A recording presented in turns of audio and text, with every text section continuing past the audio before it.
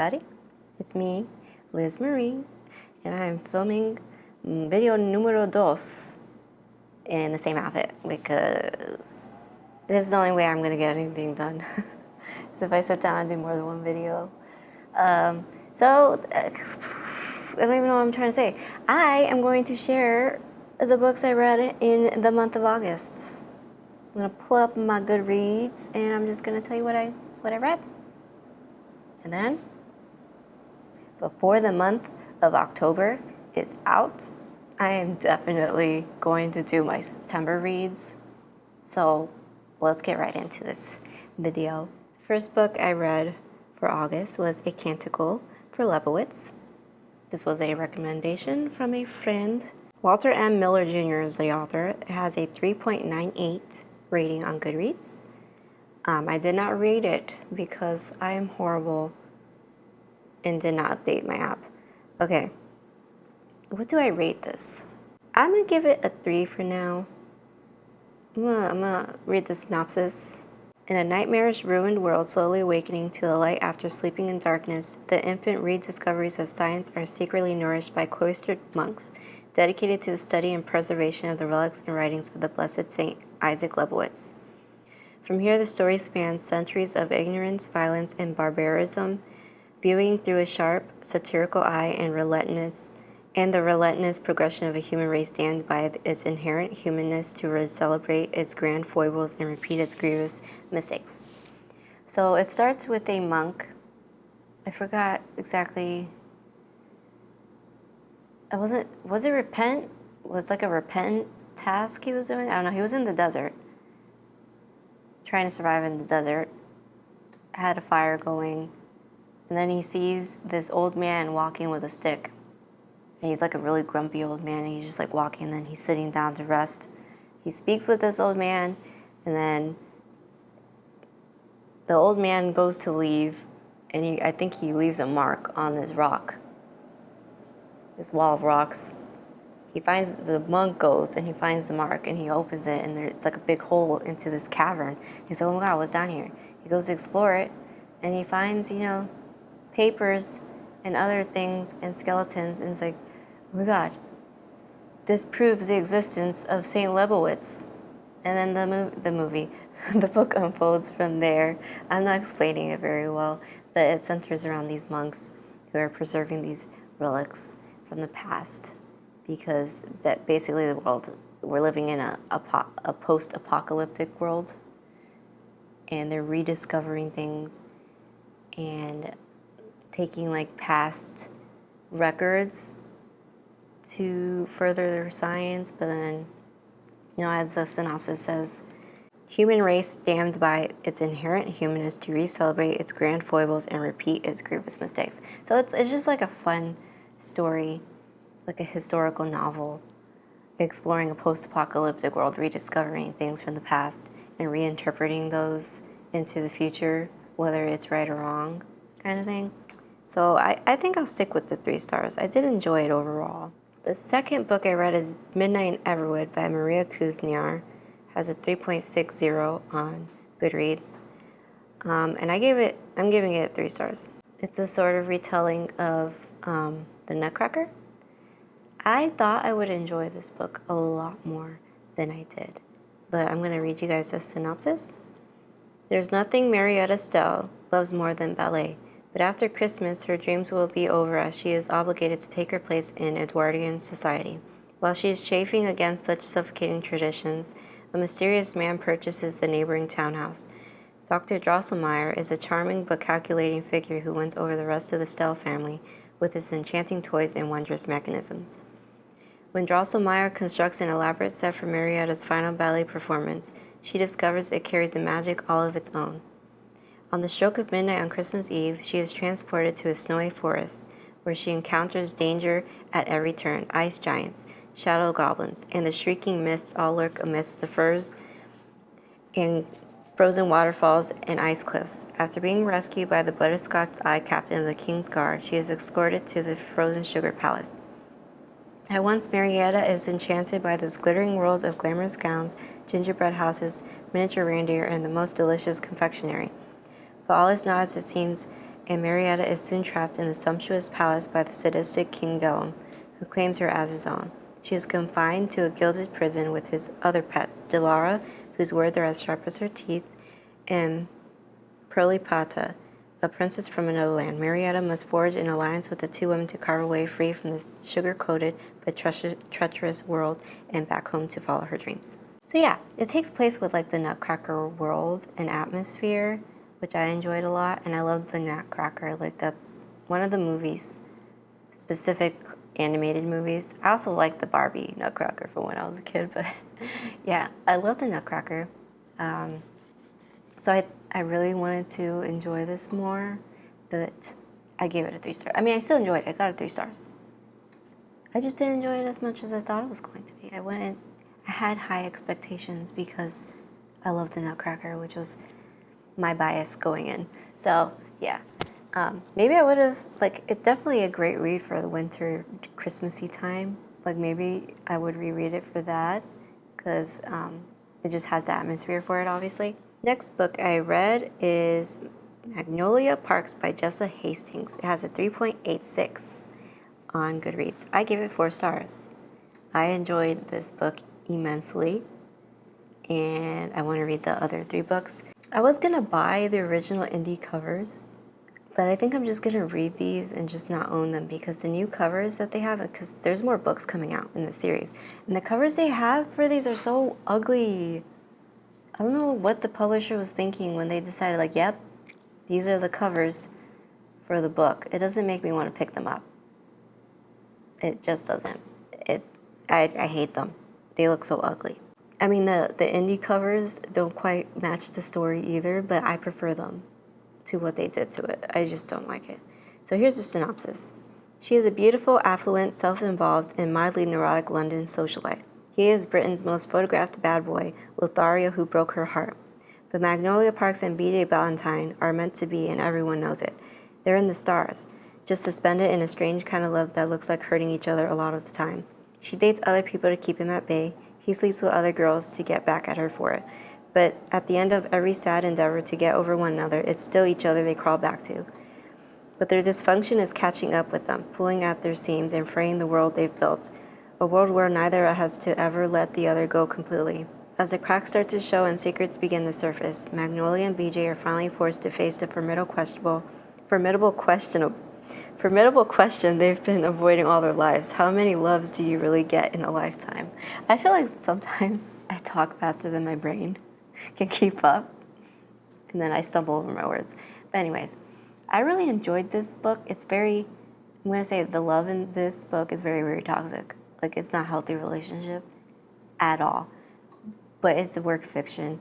And I really enjoyed it because it just made me think of those, like, trashy, dramatic, like, TV shows that we all love to watch. We all have one, at least, I think.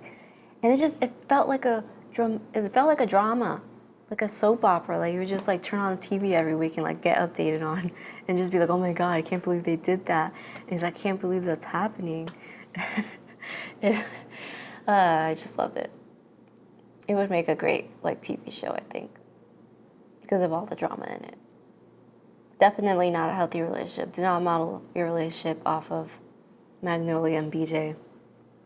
Yeah, 4 stars for that one. I thoroughly enjoyed it. And then I read My Best Friend's Exorcism, finally, by Grady Hendrix. It has a 3.95 on Goodreads. 3 stars for me. I thought it would at least get a 4 star. But alas, it did not. So, here's the synopsis. Abby and Gretchen have been best friends since 5th grade, and they bonded over a shared love of E.T., roller skating parties, and scratch and sniff stickers. But when they arrive at high school, things change. Gretchen begins to act different, and as the strange coincidences and bizarre behavior start to pile up, Abby realizes there's only one possible explanation. Gretchen, her favorite person in the world, has a demon living inside her. And Abby is not about to let anyone or anything come between her and her best friend. With help from some unlikely allies, Abby embarks on a quest to save Gretchen.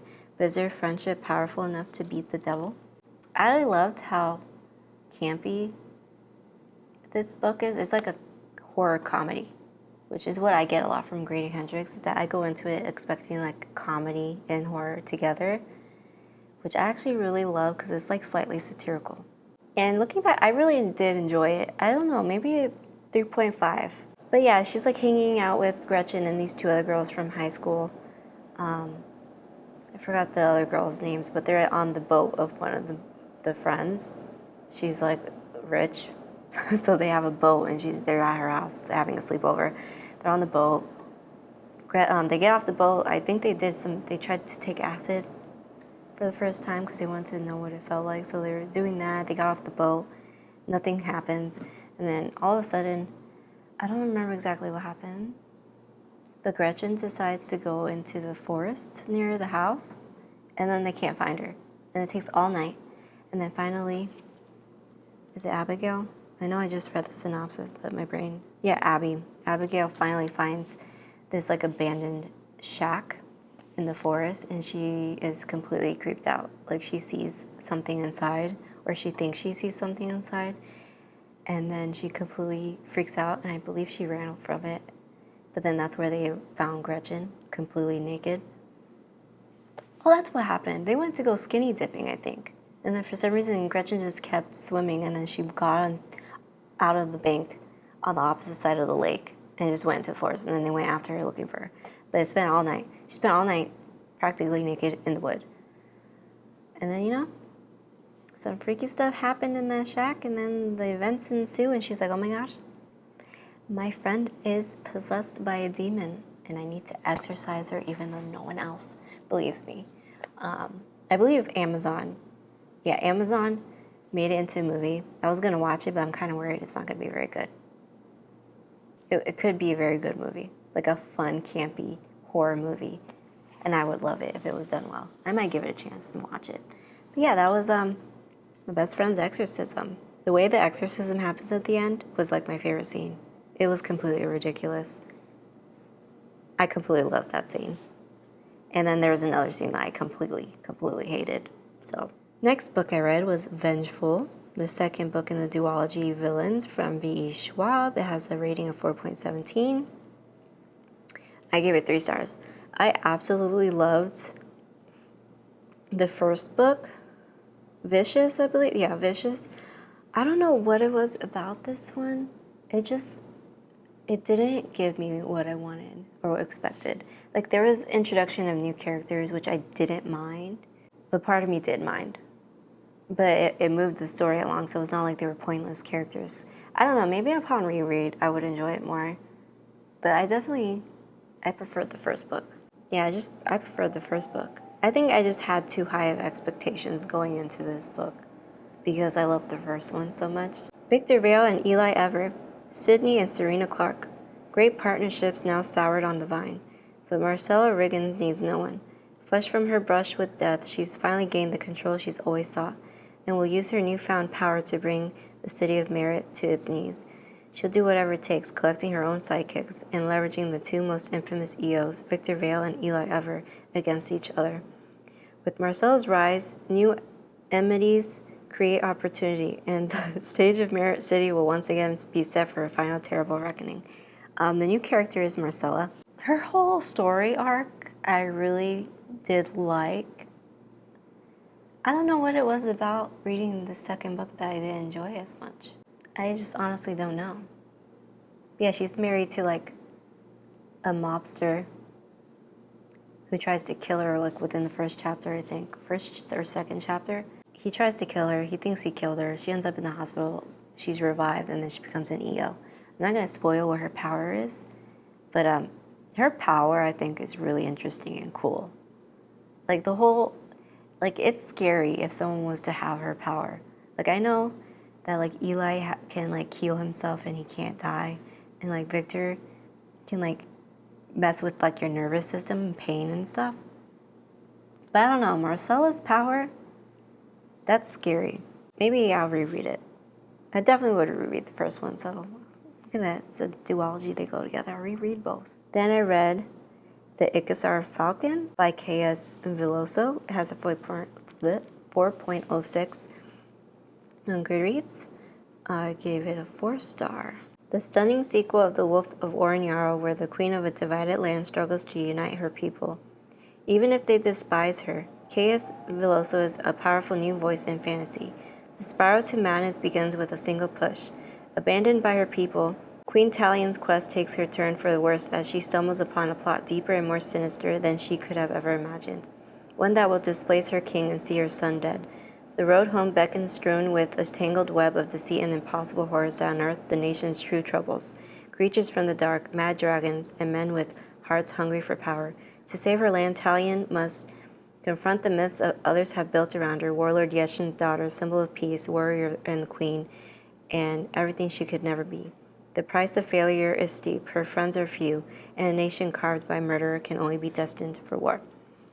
So, the plot thickens in this second book, and I think it honestly was a good second book, because sometimes the second book can just fall flat, and this one didn't, I don't think.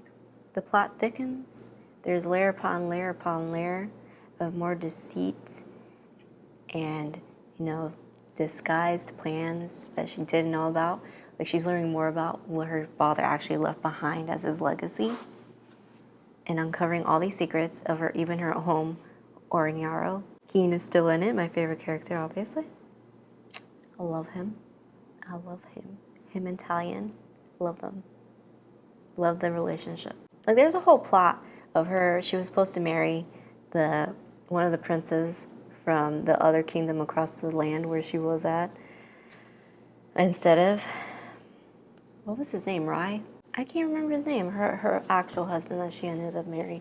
But yeah, I totally lost my train of thought. Oh, the dragons show up in this, and this is like the part where there's dragons. I want more dragons. Disappointed on that front. Very disappointed on that front. And then, this whole story of the 3 books in this series is just a whole arc of her starting off trying to be what everyone perceives or wants from her. And then by the end of the series, she's like, I'm going to be true to myself and do what's right for myself. Love that for her. Broken Binding did a sub-series on this. I haven't gotten into the subscription yet, so I haven't been able to buy it. But if they have leftovers and they sell them, I think I want to buy them. They're hardcover, and they have great engraved embossing of the animals that are described on each of the hardbacks. It looks great, and then the edges, I want them. I also read A House with Good Bones by T. Kingfisher, my first T. Kingfisher book. It has a 3.75 on Goodreads, and I gave it a 2-star. It was not, I was expecting more. I don't know.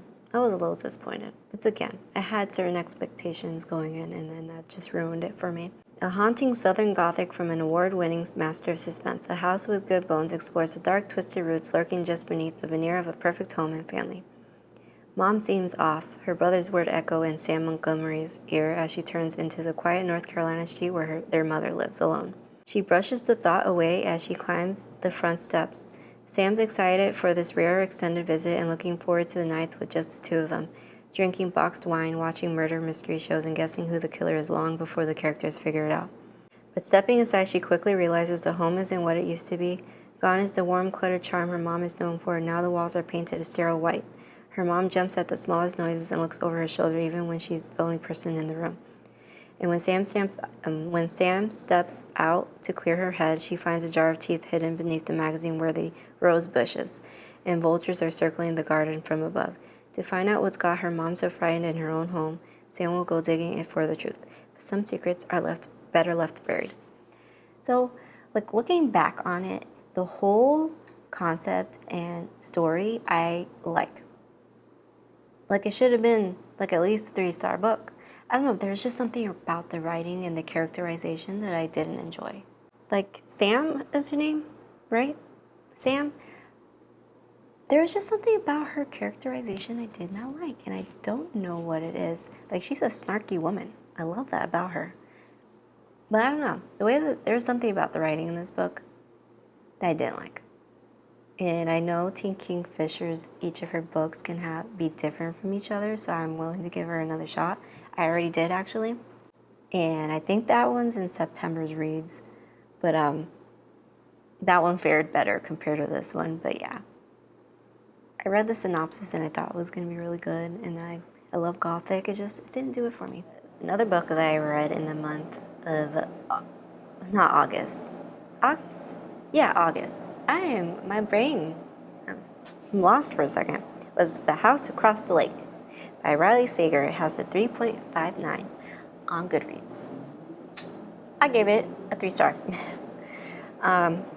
Most of his books tend to be 3 stars for me. Like only 2 of them I think are 4 stars. Casey Fletcher, a recently widowed actress trying to escape a streak of bad press, has retreated to the peace and quiet of her family's lake house in Vermont. Armed with a pair of binoculars and several bottles of liquor, she passes the time watching Tom and Catherine Royce, the glamorous couple who live in the house across the lake. They make for a good viewing. A tech innovator, Tom is rich, and a former model, Catherine is gorgeous. One day on the lake, Casey saves Catherine from drowning, and the two strike up a budding friendship. But the more they get to know each other and the longer Casey watches, it becomes clear that Catherine and Tom's marriage is not as perfect and placid as it appears.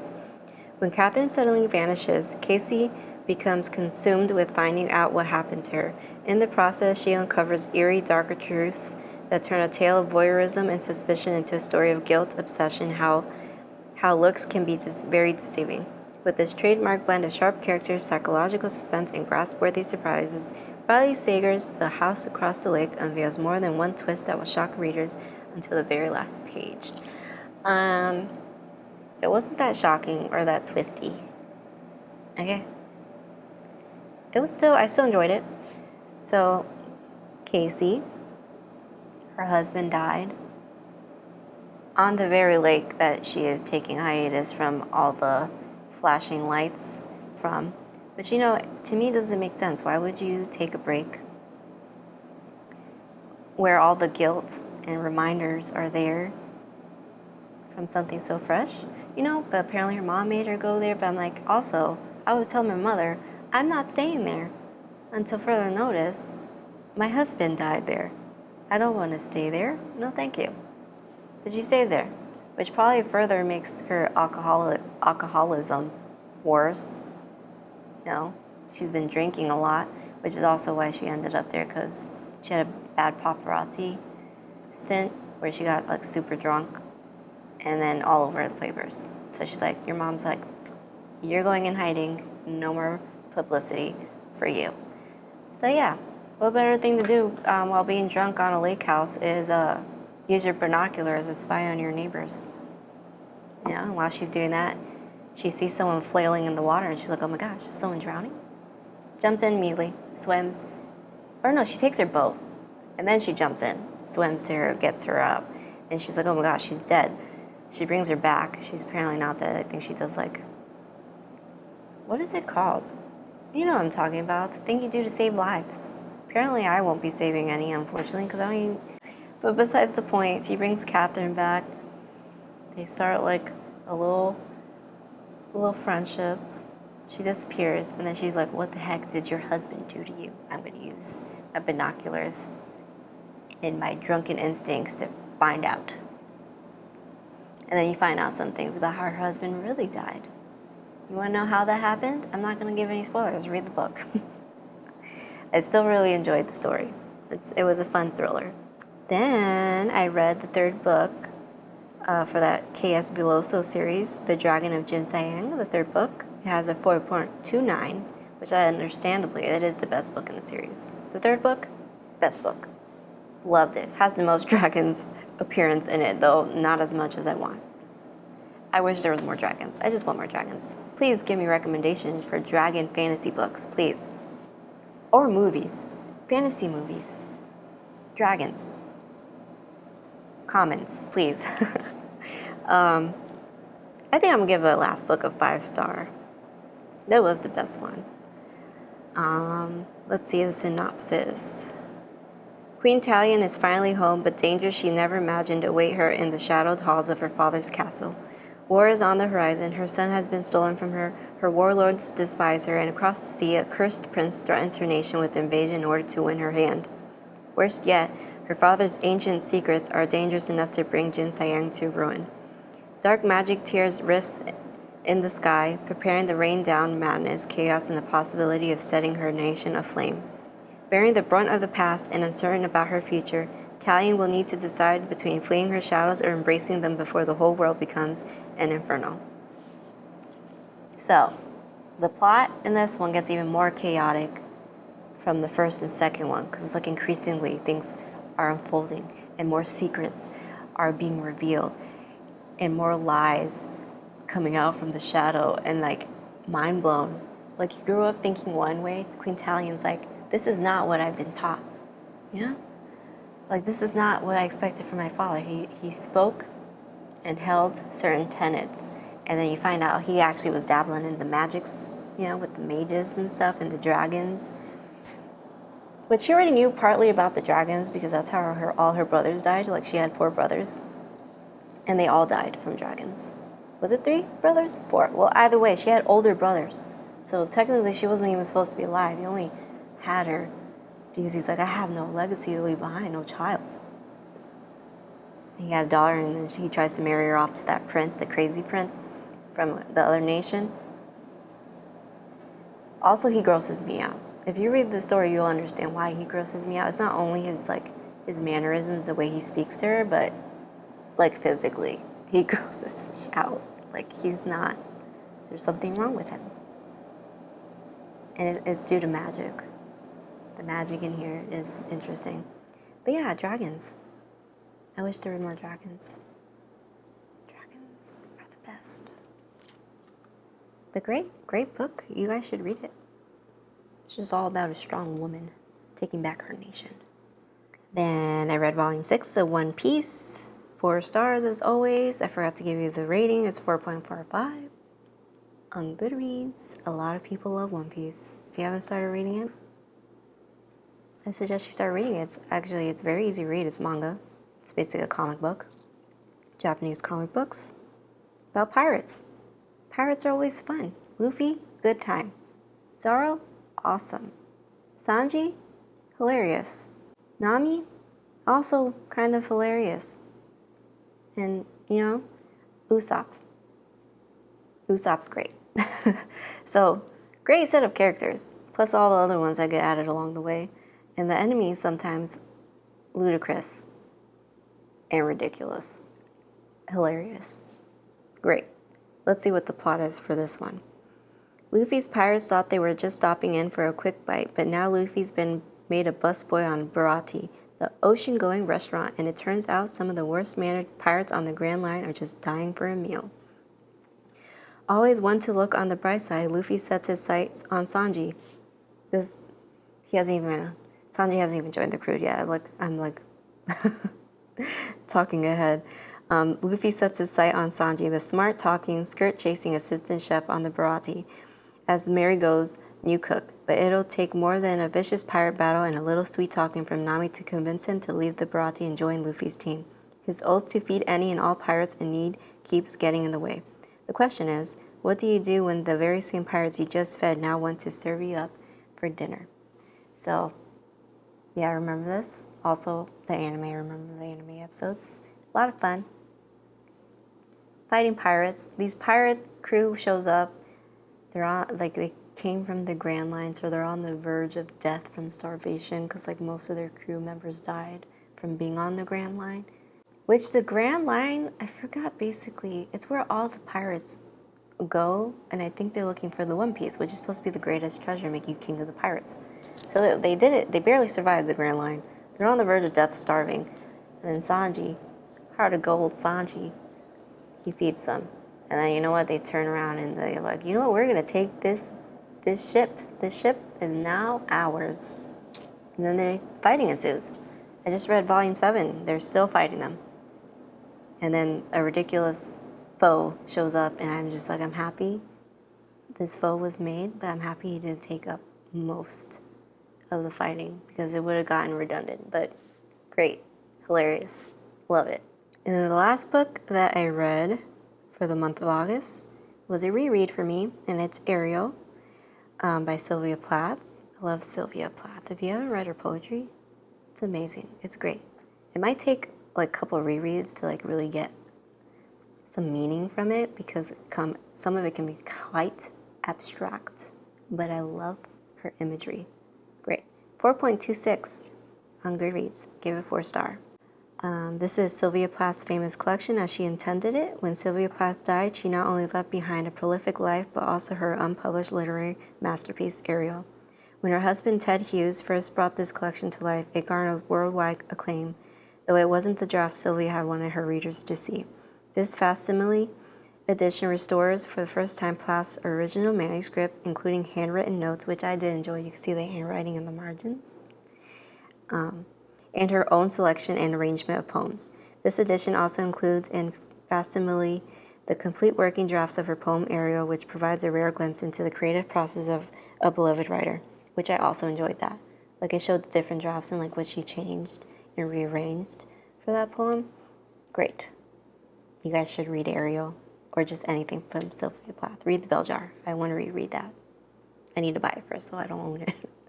Or I could get it from the library, but I like the book, so I'll repurchase it. How many books was that for the month of August then? 1, 2, 3, 4, 5, 6, 7, 8, 9, 10, 11 books. I mean, that's a good amount. So yeah, guys, that was all the books that I read for the month of August. Hope you guys enjoyed. Hope you guys find some books that may interest you. I really highly recommend the Wolf of Oroñaro series. Love it. Fantastic. Fabulous. Yeah. And dragons. Please suggest dragon-centric things to me, please. And thank you. TV shows, movies, books, board games, anything. But yeah. Hope you guys enjoyed. Bye-bye.